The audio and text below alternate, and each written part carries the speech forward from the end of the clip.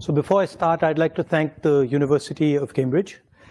I studied here, and it gave me a lot in terms of knowledge, in terms of understanding. So it's quite a big deal for me to be standing here. I've sat there. I'd like to thank the Judge Business School, the dean, the faculty, and students, and I'd especially like to thank Professor Rao for having me here. I thought I would speak a little bit about India, about what is going on in India, and that's the Bharat Jodo bit. And then I would talk about two divergent perspectives on the planet, the American view of things, the Chinese view of things, and how those two are playing out. And then I'd conclude by placing some ideas on the table about how we can think about these two divergent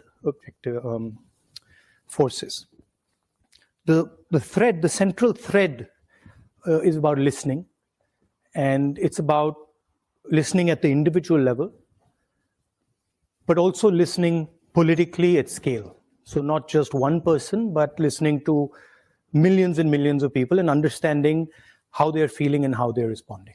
Okay, and then also listening to different cultures, which you're not maybe used to or I'm not used to, and trying to get a sense of how they're seeing the world, and trying to piece together where they're coming from. So the broad idea is one of listening. Different cultures listen differently. There's a very specific way in which the Indian culture listens, and so I'll be talking more about that. I see a friend of mine, a Sikh friend of mine. You'll sort of get a sense of what I'm talking about, and it's also about what is going on at the international level and the risks that are potentially in front of us. Okay, so we can start with the Bharat Jodo. Everybody knows, and it's been in the news a lot, that Indian democracy is under pressure, is under attack, right? I'm an opposition leader in India, and we are navigating that space. What's happening? The institutional framework, which is required for a democracy, parliament, a free press, the judiciary, just the idea of mobilization, just the idea of moving around, these are all getting constrained. So we are facing an attack on the basic structure of Indian democracy. In the Constitution, India is described as a union of states, and that union requires a negotiation, requires a conversation. So it's slightly different than other countries. You can think about it much more at the scale of Europe, right? Multiple different states, much bigger than Europe, requiring a conversation and a negotiation to actually move forward. And it's that negotiation that is actually coming under attack and under threat, right? Here you can see that picture. That picture is taken in front of Parliament House, and that's where a whole bunch of opposition members of Parliament were just standing there talking about certain issues, and we were just locked up and put in jail. And that's happened 3 or 4 times, right? And it's happened relatively violently. That's just an example. And you've also heard of the attack on minorities, the attack on the press. So you get a sense of what is going on. Now, the one way I like to think about it is that Indian democracy is a public good, okay? Because it is by far the biggest democracy. At least 50% of people who live in a democratic space live in India. And so preserving and defending Indian democracy is more than just about India. It's actually about defending the democratic structure and the democratic system on the planet, right? Can we do the next slide? So that's what I described. capture and control of media and the judiciary, surveillance and intimidation. I myself had Pegasus on my phone. Large number of politicians have Pegasus on my phone, on their phone. I've been called by intelligence officers who tell me, listen, please be careful what you're saying on the phone, because we are sort of recording this stuff. So this is a constant pressure that we feel. Cases on opposition. I've got number of criminal libel cases for things that, should under no circumstances be criminal libel cases. But that's the story, right? And that's what we are trying to defend. What we found as the opposition was that it's very difficult to communicate with people when you have this type of an assault on the media, on the democratic architecture. Can you go to the next slide? And so we decided to go back into Indian history and Indian culture, and we decided to use a very powerful tool that has been used in Indian history called the yatra. And that's Mahatma Gandhi doing a yatra against the British, which actually broke the back of the British Empire. It's called the Dandi Yatra. My Indian friends here will know about it. And it was a yatra that raised the issue of a salt tax. It was about 450 kilometers. The idea of a yatra, it's not just a journey, right?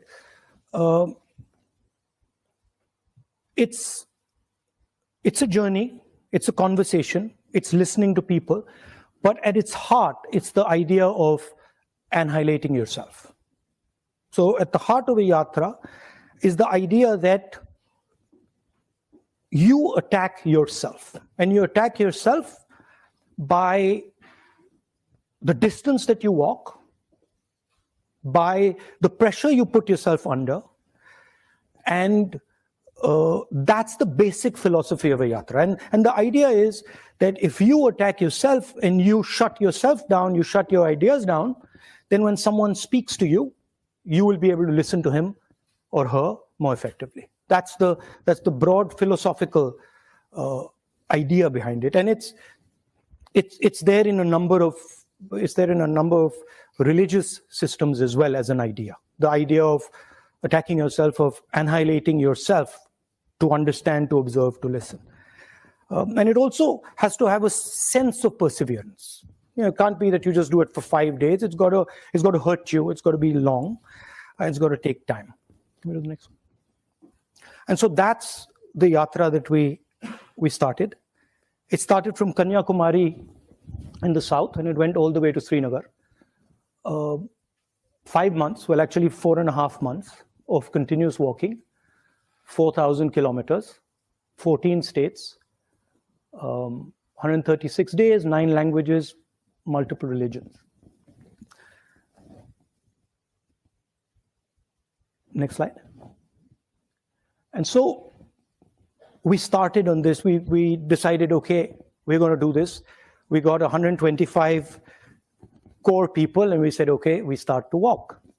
And we had no idea, frankly, what we were getting ourselves into.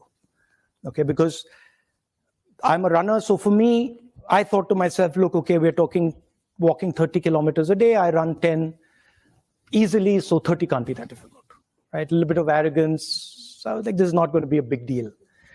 And so we started. And immediately we realized what we had got ourselves into, okay? Because this was not actually about the distance at all, right? The distance was almost irrelevant. It was about the energy that was embedded in this thing, right? And the number of people, the scale of the thing, spiraled completely out of control. So it went, in our imagination, it was 120 people walking with, 3,000, 2,000 people coming sometimes. This became 50, 100,000 people. And when you get 50, 100,000 people next to you, it's not easy because you are just thrown around, right? And the forces are very, very big. To give you an idea, 6 people died, okay, walking this thing.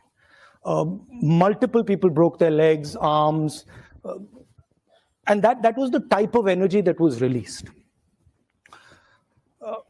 What I did early on, I thought to myself, okay, so what is my responsibility in this? What do I have to do?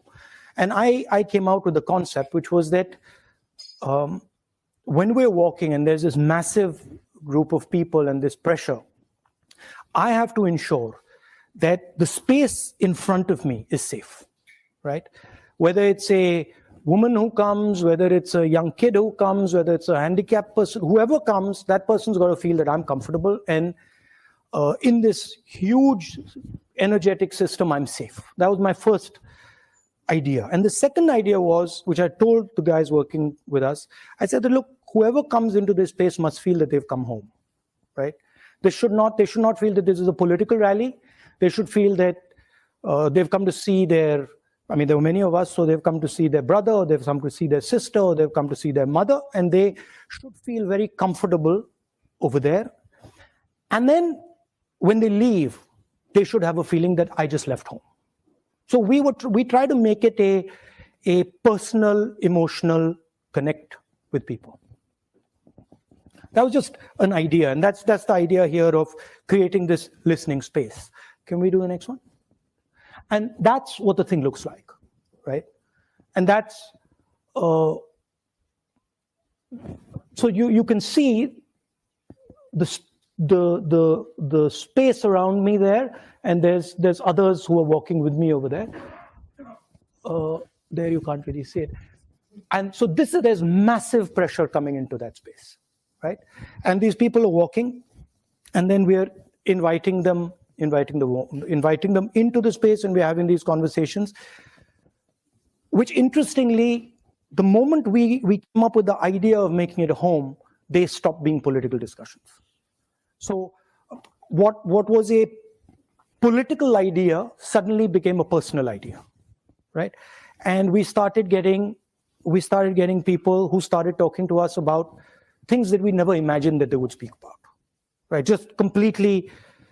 As a politician, we're used to saying, okay, let's talk about employment, let's talk about, these type of things. And suddenly we were getting this emotional outburst of people telling us the most personal things. When you meet somebody, especially when you're a politician, the first thing you're trying to do is you're trying to tell them that you understand their situation, right? And even in business, that's the first thing you're trying to say. Look, I know what your problem is. I know how to solve your problem. That's the starting point.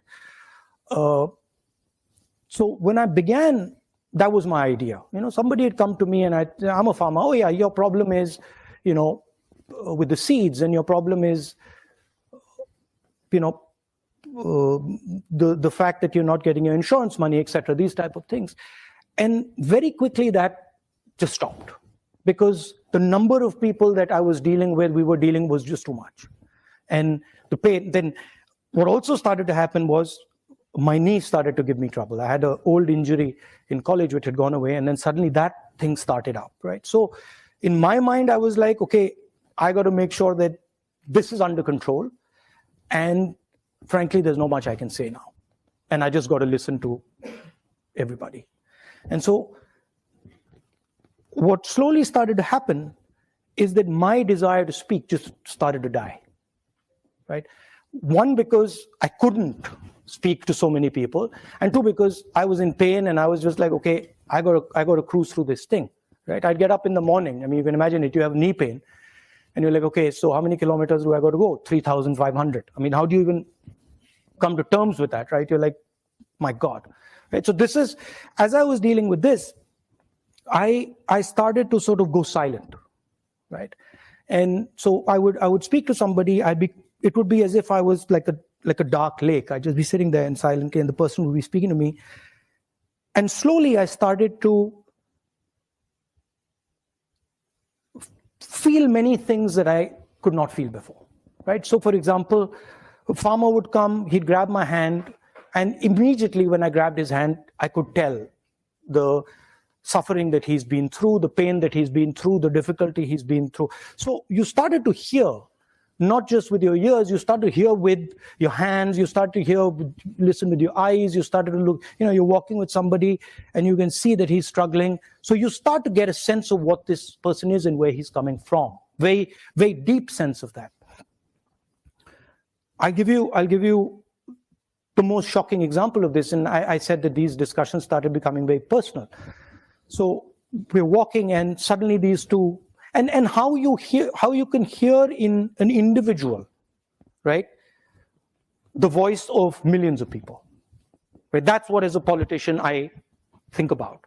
How do I take what you're saying and say, okay, how do I now take it from there to what a million ladies are saying, or million women are saying, or what you're feeling, how do I translate it to what a million or 500,000 women are saying? So I'm walking, and suddenly these two girls come, one of them grabs my hand on this side and the other one grabs my hand on this side. And when they grab my hand, I feel something I've never felt before, right, in their hand. I'm like, this is strange. The way they're holding my hand, there's something strange in it, right? It's like, almost like a desperate way of holding my hand. So I look at the girl and I say, tell me, what's happened? How are you doing? And she looks at me and she says, well, my sister and me, that's the sister, were gang raped by 5 guys.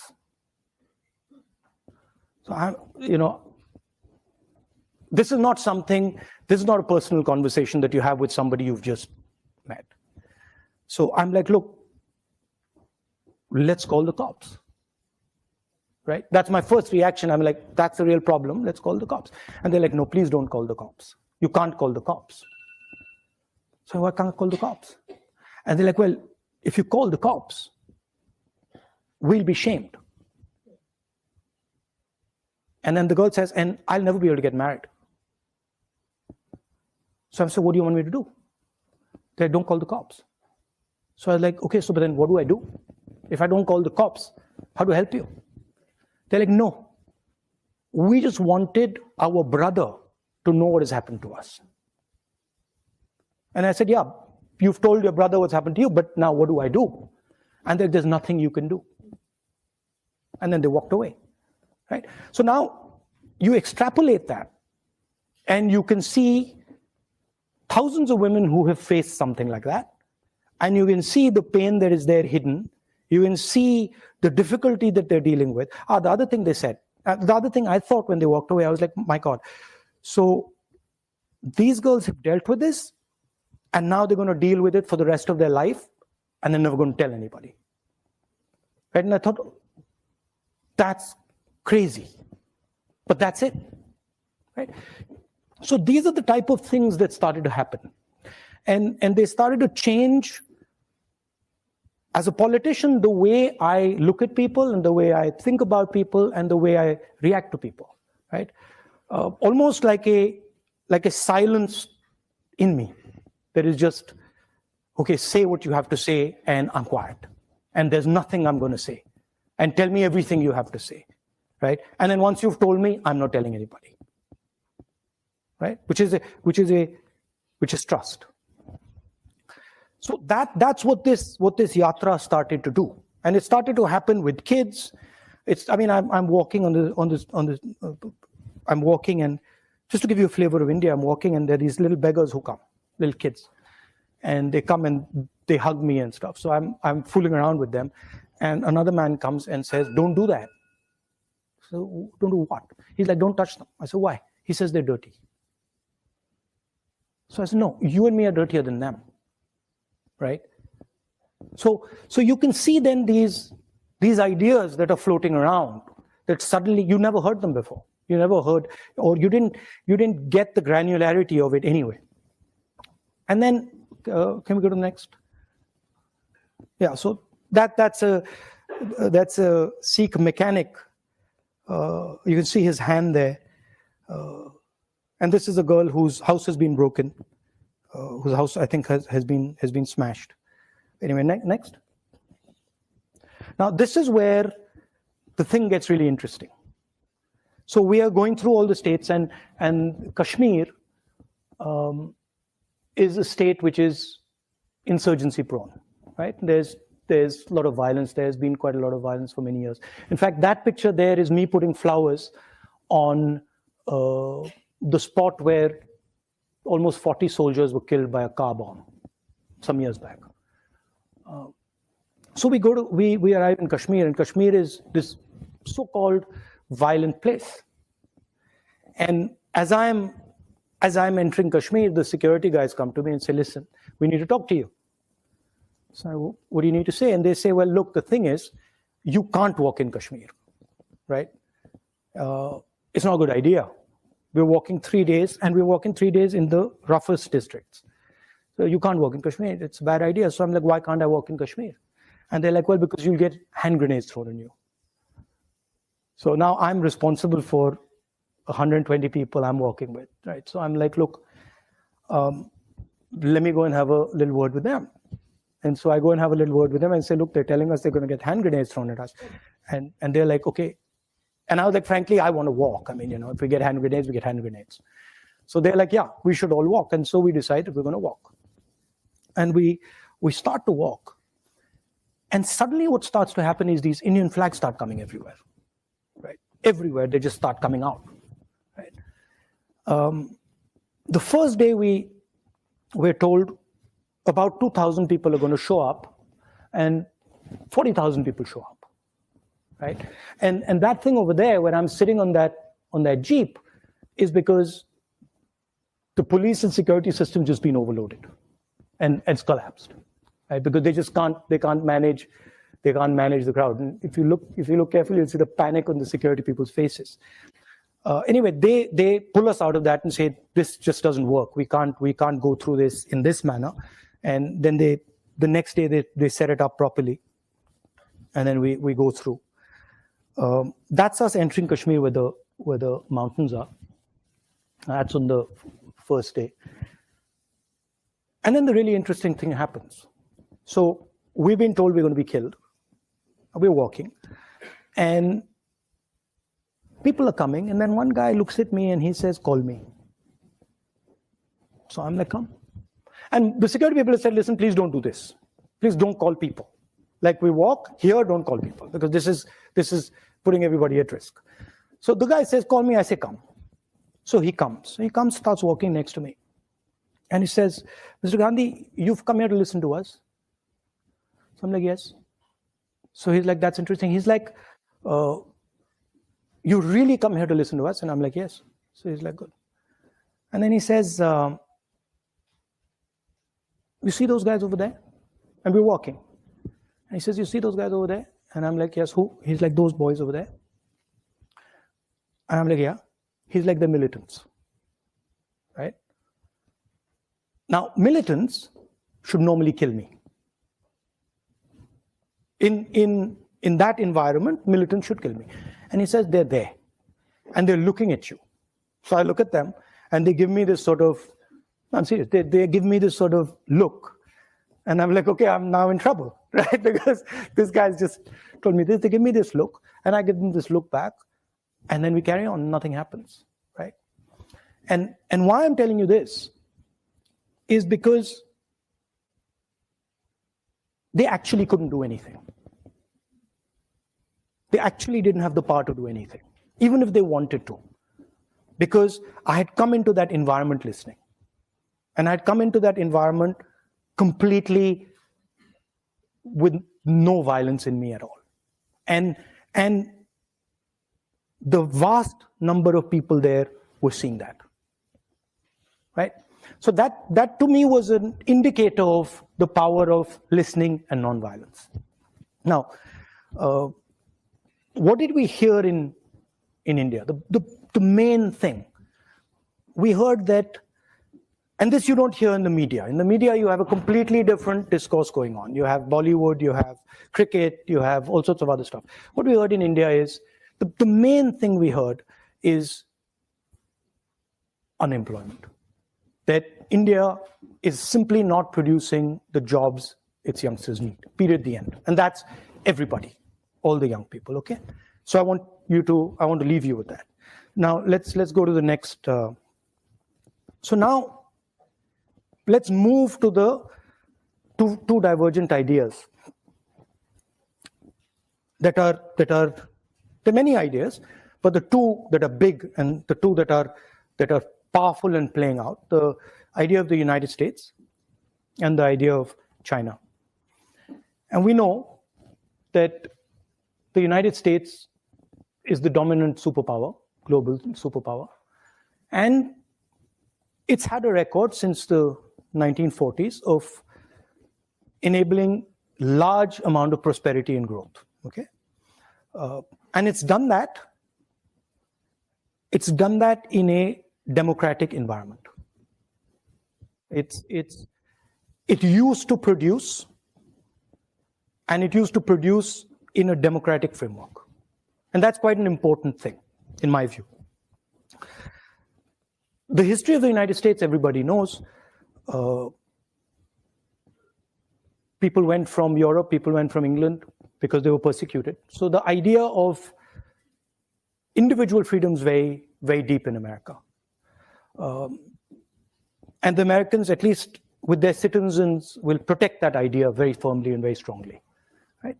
And the other idea that's central to America is the idea of openness, the idea that anybody can come into America and anybody can dream the American dream. I was educated there, and I remember being surprised at how open it was. I'll give you an anecdote. My father had just died, and I had been killed, and I was in America in college, and I was a bit upset. So my guardian told me to come from Boston to Atlanta, and I remember 3 or 4 in the morning. I got up, took the cab to Logan Airport, and there was a Haitian taxi driver. And I started talking to him, and he said, America's given me my life. America has given me everything I have. I had nothing in Haiti, and I came here, and they love me, and they treat me with respect. And I'm part of the American dream. And then I walked out to on the curb, and as I was walking out, I pulled my suitcase out, and there was a guy standing there, and he had these suitcases in front of him.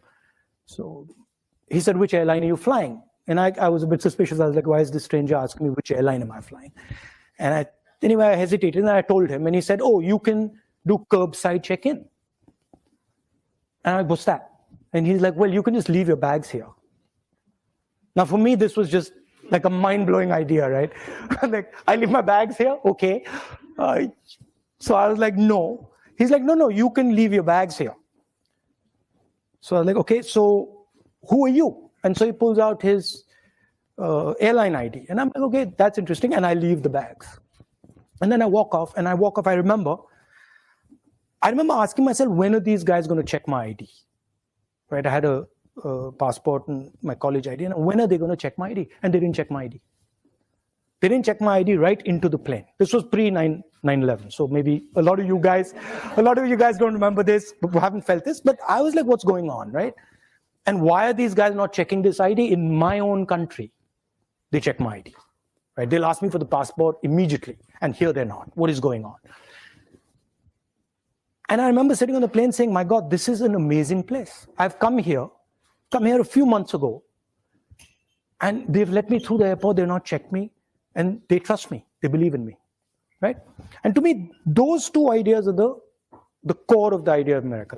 They will make you feel comfortable, and they will protect you. Okay, in America, not outside America often. Okay, outside America, they can do bad things to you sometimes, but in America, they will protect you. Okay, and to me, that's the central idea of the United States, and it's a very powerful idea, and it's been successful, and it's basically built a superpower.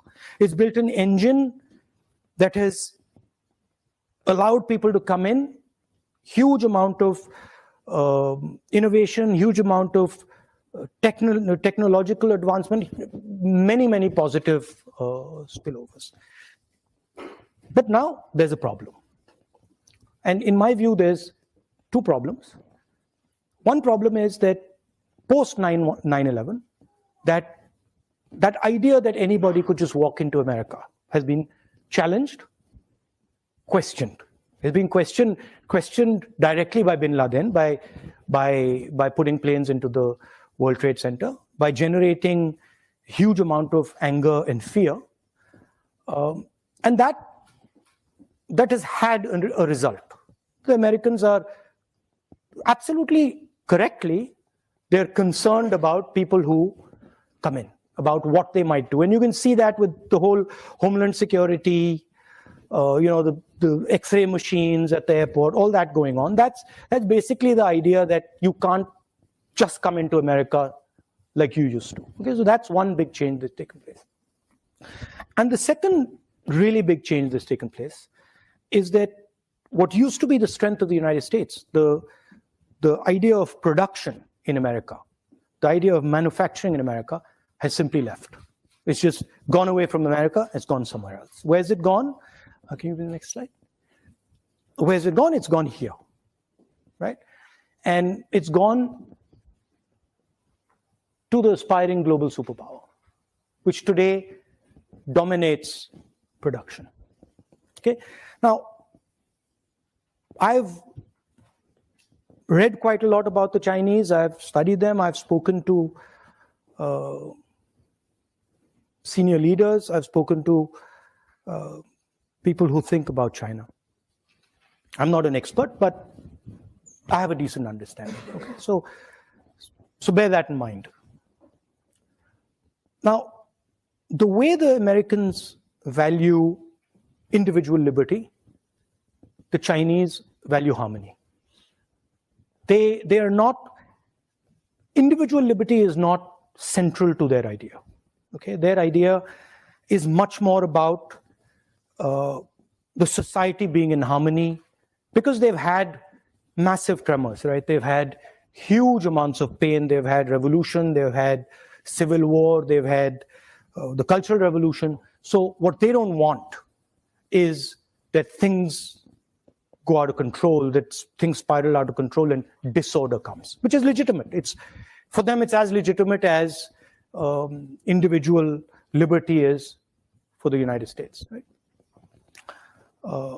For them. One conversation that I had really struck me about China, and it's shaped how I think about it. Okay, and the conversation was with a senior gentleman of the Communist Party, and I asked him. I said, "Tell me, what is China?" Right? I said, "Is China a country?" He says, "Yes." And I said, "Okay, is China a nation?" And he said, "Yes." I said, "No, but give me a Chinese explanation of what you are." And so he says, "Look, Mr. Gandhi, I'll explain it to you." He says the Yellow River comes down from the Himalayas. It flows down. And it has unlimited power. It has unlimited energy in it. He says if Chinese civilization orders itself and organizes itself effectively, which it does on the coast, mostly, it can harness the power of the Yellow River. And when it harnesses the power of the Yellow River effectively, China rises. He says sometimes what happens is the Yellow River comes with all its energy, and China cannot organize itself to harness its energy. And then there is disorder in China. And the energy havoc and then flows into the sea and is wasted. And I thought this was a completely different way of thinking about a country than anything I had heard from any Western politician. I had never heard anything of this type, right? If you ask American politicians what is America, it's land of the free, right?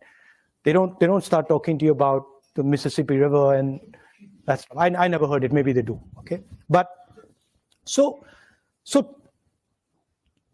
China looks at energy. China looks at flow. China looks at processes, right? And China tries to shape them. Now, if you use that metaphor, you can see some of their actions flowing out of this, right? You can understand now what the Belt and Road looks like and why it does what it does. Because Chinese, the Yellow River, the Yellow River flows this way. Chinese civilization harnesses the energy, and then the energy flows right back into Asia, right? You can understand what the Three Gorges Dam is, right? And I get the sense, and maybe I'm wrong, but I get the sense that the infrastructure that you see in China, the railways, the airports, the dams, they are actually, in the Chinese mind, they are emerging from nature. They're emerging from the power of the river, and they're, in a sense, China sees itself as a force of nature, right? And is embedded in nature. Whereas the West, America, does not see itself as embedded in nature. It sees itself as placed on top of nature, okay?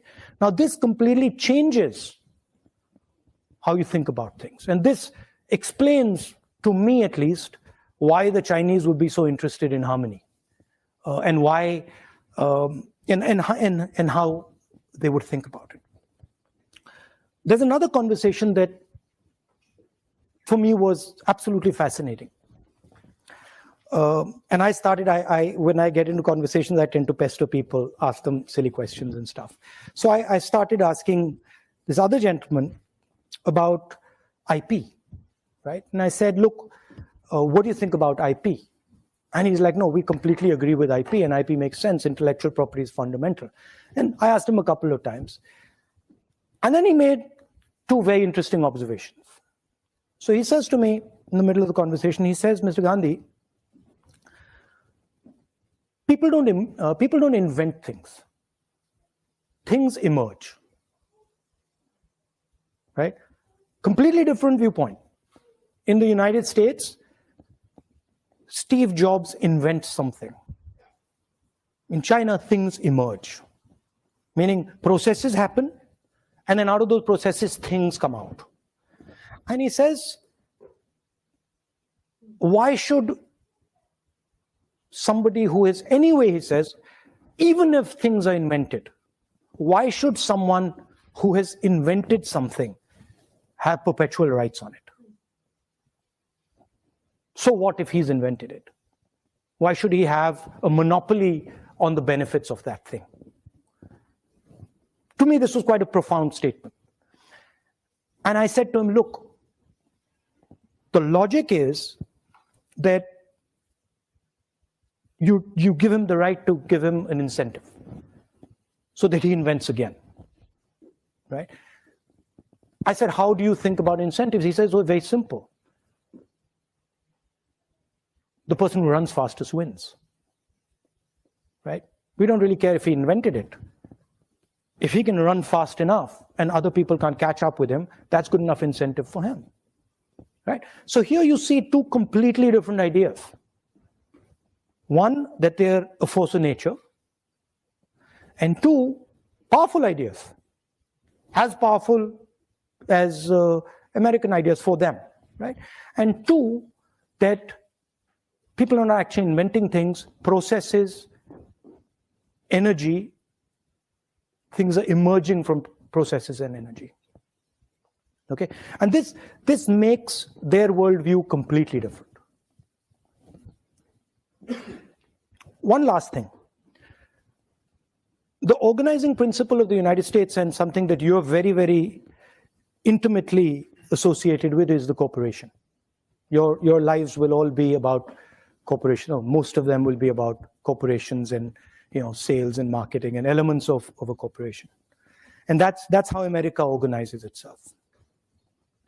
And I think embedded in this is the central innovation of the Chinese. Pre-collapse of the Soviet Union, there were two organizational systems on the planet, broadly. There was the American system, Western system, with the corporation, and there was the Soviet system, and in those days, the Chinese system with the state. State did what the corporation does. And Post the collapse of the Soviet Union, can we go ahead? Is that no, I think they removed that quote. Post the collapse of the Soviet Union, the Chinese did something very innovative. And if you've heard the quote, you might have heard a quote by Deng Xiaoping saying that it doesn't matter the color of the cat as long as it can catch the mouse. Have you heard that quote? Yeah. So I think what he was saying in that quote was that actually we will organize ourselves using the cooperation, just like the West, right? But we will do one further thing. Inside the cooperation, we will embed the Communist Party. So it's a hybrid. It is exactly like the United States as far as the cooperation is concerned, and then it's got a magic trick in it, which is that inside the cooperation is what they call the instrument of the people, what we call the Communist Party of China, right? And this does something fundamental. What it does is it allows the Communist Party of China to have a full monopoly on information in the country, which the government of the United States doesn't have, or the government of India doesn't have, or the government of most other countries doesn't have, because there's a separation between the state and the corporation. And this gives them a huge advantage in artificial intelligence. It gives them a huge advantage in all sorts of, in cyber warfare, et cetera, et cetera. I'm just placing that on the table. So those are the two broad ideas. One is the maritime idea. The other is projecting right through Asia, the Belt and Road. And the contest is basically, is the planet going to be terrestrial? Is it going to remain maritime? What's going to be the balance? And China sees itself as dominating the terrestrial space and contesting the maritime space. That's how it's playing out. Now, to the conclusion. So a couple of things are very clear. The first thing is that there's a huge communication gap between what people are saying and what the media and vested interests are saying. It's just completely divergent, right? And that's a huge problem because at least in our country, and I'm sure in the West, there's a disconnect between what people are actually feeling and what the media is saying they're feeling. Okay, that's a problem. Second thing, everybody knows that huge amount of inequality is being created, at least in the Western world and in India. A huge, massive concentration of wealth, massive concentration of income, in India, unemployment. So the worst thing that can happen is these two ideas collide with each other, right? Because then everybody's in trouble. And that's something that is not in anybody's interest, right? These ideas have their place. They're not going away anytime soon. But if they collide, it's a huge catastrophe. Can we have the next slide? So there are two things that to me are quite obvious. Number one, that with the technological advances that are taking place, with the communication system, the fact that the world is getting hyper-connected, the planet is basically becoming like an organism, like a connected organism with a nervous system, right? And that means things will move very, very fast. I mean, I don't want to use a bad analogy, but cyanide kills you in seconds because it uses your nervous system, right? And it kills you with almost no energy. It requires very little energy to completely wipe you out. So that's the space we're heading, where things will move very, very quickly and they will infect everything very fast, right? So the first thing we have to think about is the need for a global immune system that listens very fast to escalation that is uncontrolled. And Ukraine would be an example, right? We're sitting here, Ukraine just keeps escalating. Nobody actually knows where it's going to end. So those, in a hyper-connected world, that's a very dangerous thing. And you need institutions and you need thinking that says, okay, these are the type of things that we tamp down immediately. So that's one idea. And the second idea, which I think is fundamental and goes back to the point I raised about India being a public good and being the biggest democracy in the world, we simply cannot afford a planet that doesn't produce under democratic conditions. Okay? Because if democracies do not start producing again, right, they will not survive.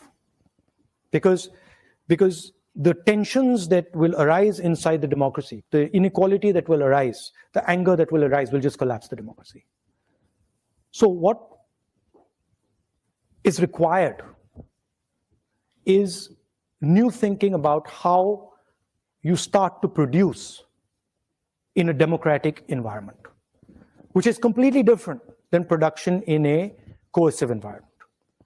In a coercive environment, what you're basically doing is a factory, a production unit has a huge amount of socio-political energy inside it. And what you're doing is you're forcing it closed inside the structure. You can't do that in a democracy. So that conversation between labor and capital has to happen, has to be a negotiation, right? And I think that's where a lot of the thinking has to happen. How do we start to produce again in a democratic environment, and how do we manage the negotiation between the structures in the factory so that they can happen in a democratic structure? Otherwise, in my view, democracies are in trouble, in big trouble, right? And that the good news there is, of course, technology will help you, decentralization will help you, decentralization of power will help you. So I think things can be done now that couldn't have been done 10, 20, 30 years ago in terms of technology, in terms of decentralized manufacturing, in terms of the structures that you need for that negotiation. But I think that's where a lot of the conversation has to happen. And finally, for me as a politician, the idea of listening, observing, and doing it persistently, quietly is very powerful. And I think these ideas, divergent ideas, they need to also spend some time listening to each other. One mustn't say that, oh, this is wrong and that is right. Everybody has his own way of doing things. But I think one must give space to the other and say, okay, what is that other person doing? And that requires a little bit of the idea that I mentioned at the beginning, this idea of annihilating the self, right? I'm going to keep quiet. I'm going to curb my desires. I'm going to curb my imagination, and I'm going to listen to the person in front of me with compassion, with affection, and see what he's trying to say, and listen deeply to what he's trying to say. I think that would be very, very good for the planet. Thank you.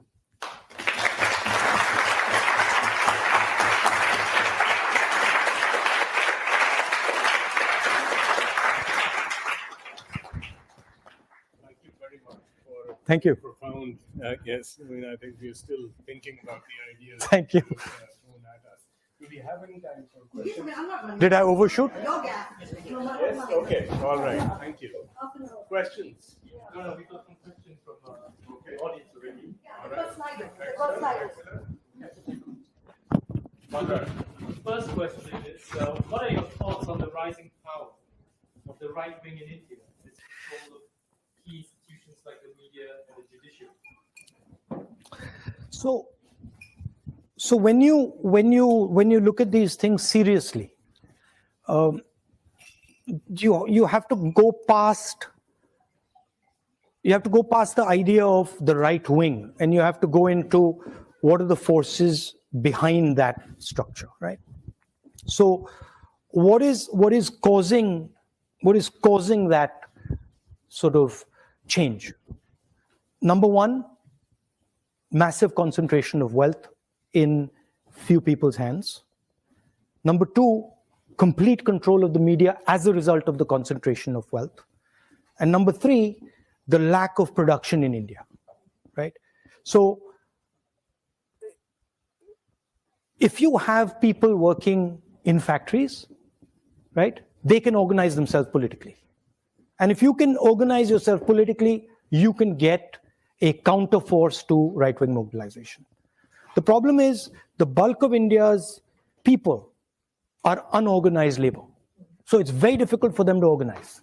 They want to organize, they understand the need to organize, but because they're completely separate, They can't, right? So that's really how to think about it.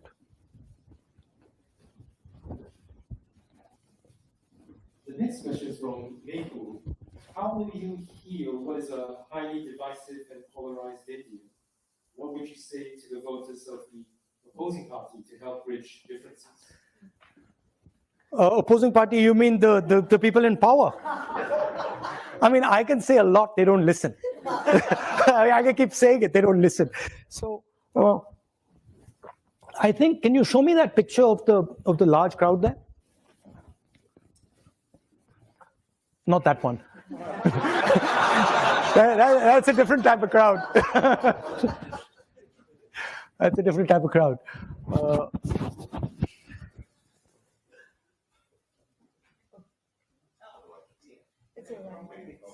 I think it's, yeah. It's the second one. This one. So this is mass mobilization, right?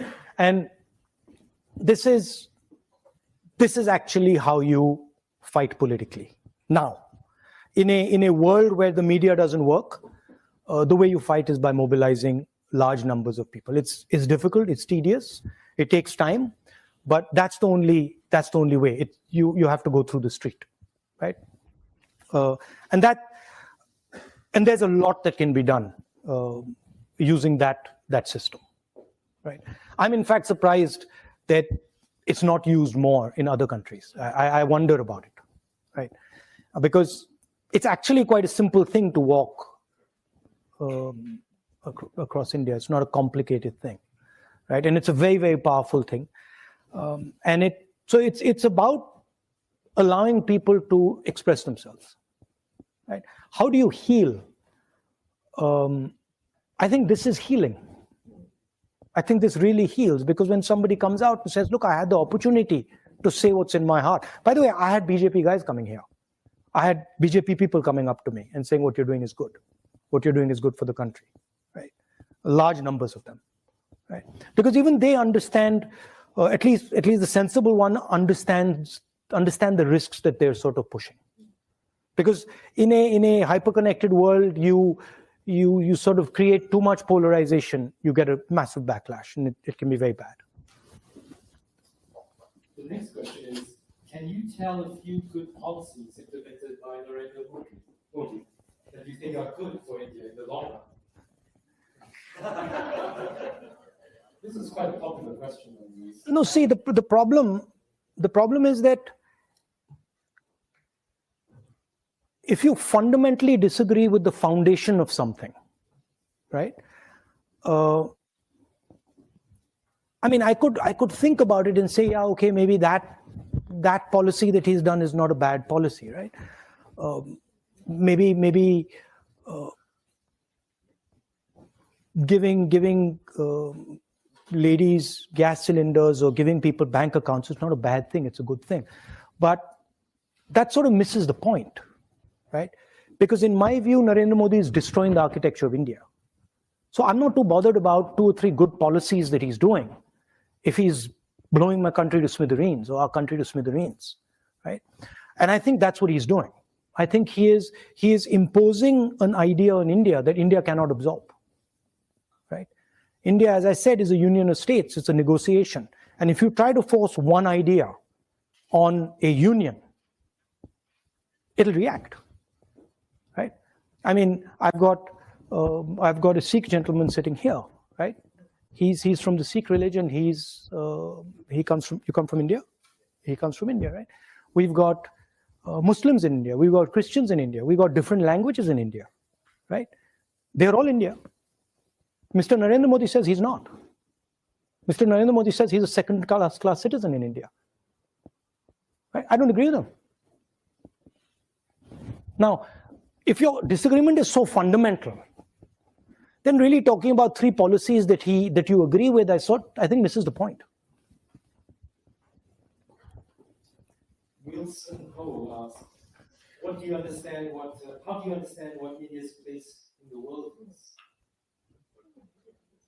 How do I understand what India's place in the world is? Somebody once told one of India's leaders, do you lean left or do you lean right? And she said, we stand straight. Right? So India's place in the world is when India is successfully expressing herself, right? Not himself, herself. Because I believe that India has a feminine essence, a feminine quality. And so when India is expressing herself freely, and all the people of India expressing themselves freely, then naturally what India does is correct. Dr. Moa asked, how do you reconcile the burden and responsibility of being part of such a famous political family, making your work connected but still retain a sense of self? No, I come from a philosophy in India that aims at destroying the self. So that's just the political philosophy I come from. I mean, that's a sort of more nuanced point and a sort of nuanced question. I fight for an idea, right? And I'm not too bothered about where I come from, who I am, who my father is, grandmother. I don't care. I think that there are certain ideas that need defending, and I defend them. And I try to think about, I try to think deeply about what is happening. I try to be compassionate. I try to understand other people's perspectives, but then I defend the ideas I believe in. Siddharth asked, India has always experienced brain drain and lost great talent to the West. How does it provide opportunities for corporates, business, etc.? I think that in the 21st century, the idea of brain drain is outdated. Because would Bangalore have happened if brain drain didn't happen? I don't think so. Because the people who created Bangalore first left India and went to America, and then went back to Bangalore. So the question is not about brain drain. The question is, are you able to create the conditions in India that brings people back? Are you, and this is something I think the Americans used to do very, very well, right? People don't just go to America because it's a nice place. People go to America because it allows you to fulfill your, or used to allow you to fulfill your dreams, included you, embraced you. So those are the type of values that make people go to places. And if India does that, and if India is open to people and is easy to work in, people go back. I mean, I do believe that it's very important that Indians go out and learn about the rest of the world. I think it would be a disaster if India suddenly said, look, we don't want to go out at all, and we don't want to learn anything, we just want to learn back home. I think it would be a disaster. So I think the idea, I mean, what you're doing is a very powerful thing. You're going to see a different culture, you're meeting other people who have completely different ideas, and then you take some of these home. So I think that's a good thing. I think this is the last question. So Hamandir asked, Hamandir comes from Punjab, which is facing rapidly dropping groundwater levels and high unemployment. What's your vision on tackling these issues? On groundwater? Groundwater. I mean, that takes us back to the idea of production in a democratic environment, right? And production in a democratic environment is much more complex than production in a coercive environment. Because essentially in the coercive environment, you're not allowing the negotiation. You're shutting the negotiation down, right? I mean, with all due respect, the PLA takes care of the negotiation in China, right? Of the social pressure of the factory. The social pressure of the factory is taken care of by the PLA. Now, if you have such a force that takes care of the production negotiation, that force is going to control your government, right? So if any country decides that, look, what we're going to do is we're going to coercively control manufacturing, well, it won't be a democracy. Because the people who will coercively control it will take over the country. Right? So production in a democratic environment is difficult. It's not easy. It's been done. The Germans do it very well. Other countries, the Koreans do it, the Japanese used to do it, America used to do it very well. Right? But it needs a new imagination. It needs, you get many benefits from democracy that you don't get from coercive sort of manufacturing, right? Now, can we construct a system where you can actually manage that negotiation effectively and have large-scale production, maybe decentralized in the democratic world? I think you can do it. And I think, frankly, one of the reasons I'm saying this, I think India is the prime place to do it. It is the best place on the planet to attempt it. There are many different models possible in India. There are 30 different states. I think it can be done there successfully. Punjab, the water problem is an agricultural problem, and it's because of essentially too much wheat and rice being grown there. So you have to change the agricultural cropping pattern, which is very complicated because it's sort of linked to something called the MSP, which is a technical thing, and we don't want to go there. I'm afraid that's all we have time for. But there is a reception where you can come and say hello to. But thank you very much. Thank you. It was an absolute dream to listen to you. Thank you. Thank you. Very nice. Thank you.